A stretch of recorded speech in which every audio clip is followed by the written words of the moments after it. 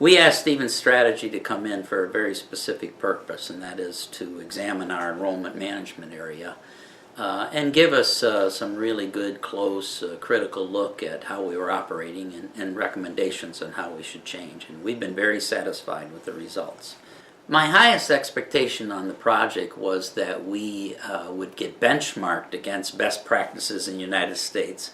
And I emphasized that with Stevens, that aside from their assessment of what we were doing internally, which was important, I also wanted this other dimension covered, and that is give us an idea of what best practices work and what doesn't work. They did an excellent job of doing that. And in fact, the final report, what I liked most about that is it pointed to very specific elements of change that we had to introduce in the enrollment management area if we were going to operate like some of the best practices in the United States. There's no point in hiring consultants to come in, particularly those that they're going to do a good job, but they're going to charge you for that as well, and then not listen to what they told you.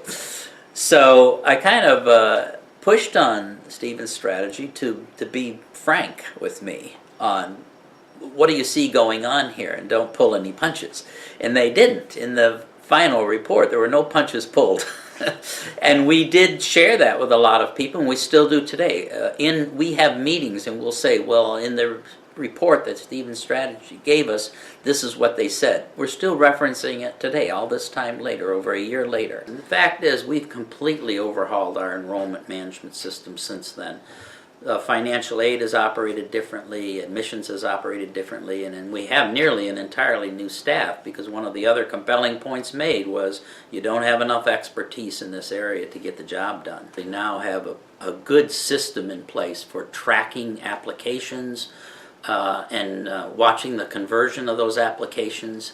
We have separated our numbers out by program areas. In fact, we've given it a new name. We now call them payer groups.